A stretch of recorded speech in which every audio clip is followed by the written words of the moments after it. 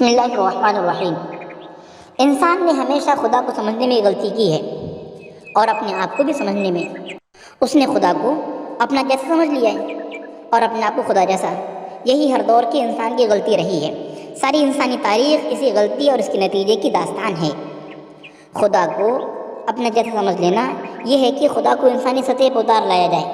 الحاد اور شرک کی تمام قسمیں اسی غلطی کی پیداوار ہیں۔ الحاد بھی خدا کو انسان پر قیاس کرنے کا دوسرا نام ہے اور شرک بھی۔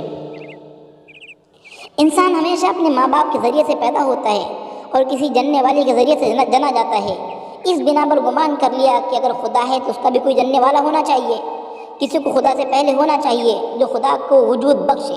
اب چونکہ انسان کو خدا لم یزل کا پیدا کرنے والا کوئی نظر تو نہیں آتا، اس لیے اس نے خدا کے وجود کا بھی انکار کر دیا۔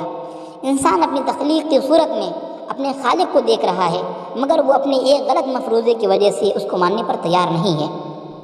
جن لوگوں نے خدا کو مانا انہوں نے یہی غلطی دوسرے انداز سے کی ہے۔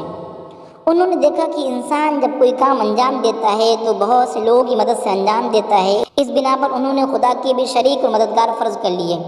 انسان کے یہاں بڑے بڑے لوگوں کی سفارشیں چلتی ہیں، چنانچہ مان لیا گیا کہ خدا کے بھی کچھ مخصوص اور قریبی لوگ ہیں جو خدا کے دربار میں اثر رکھتے ہیں اور خدا ان کی سفارشیں قبول بھی کرتا ہے۔ انسان جذبات سے مغلوب ہوتا ہے، وہ اکثر حق کے تقاضوں کو چھوڑ کر جذباتی میلان کے تحت فیصلے کرتا ہے۔ اس پر قیاس کرتے ہوئے یہ عقیدہ بنا لیا گیا خدا محض گروہی تعلق کی بنیاد پر کچھ لوگوں سے ایسا معاملہ کرتا ہے جو معاملہ وہ دوسرے لوگوں سے نہیں کرتا۔ اس قسم کا ہر عقیدہ خدا کی خدائی کی نفی ہے، خدا کی خدائی کی نفی ہے، مگر انسان اپنی نادانی سے اکثر اپنے ذہن میں ایسے متضاد خیالات کو جمع کر لیتا ہے جن کا بیک وقت درست ہونا ناممکن ہے۔ اپنے آپ کو خدا جیسا سمجھنا یہ ہے کہ آدمی یہ گمان کر لے کہ اپنی تقدیر کا مالک آپ ہے، وہ آزاد ہے، جو چاہے کرے جو چاہے نہ کرے، وہ اپنی زندگی کا اصول آپ وضع کرے اور اپنے حلال و حرام کو خود اپنی عقل سے متعین کرے۔ اس قسم کی ہر کوشش گویا اپنے آپ کو خدا کے مقام پر بٹھانا ہے۔